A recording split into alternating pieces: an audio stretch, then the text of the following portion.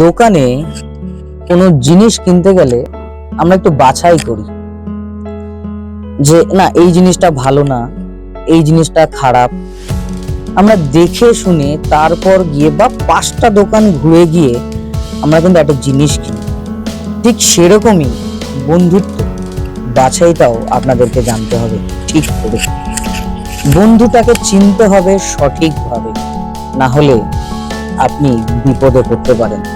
সামনে হয়তো ভালো ব্যবহার করছে সে মানুষটি যাকে আপনি বন্ধু হিসাবে অন্তরঙ্গ করছেন, কিন্তু সেই পিছনে আপনার ছুরিটা বসাতে পারে।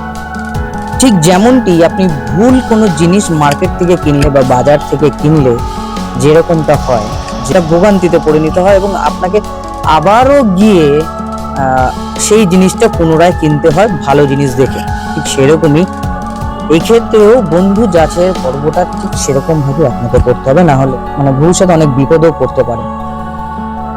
বন্ধুটাও সেইভাবে বাঁচুন, কারণ আপনার সামনে যাকে দেখছেন সে কিন্তু আদৌ আসল বন্ধু কিনা সেটা আগে যাচাই করে দেখুন।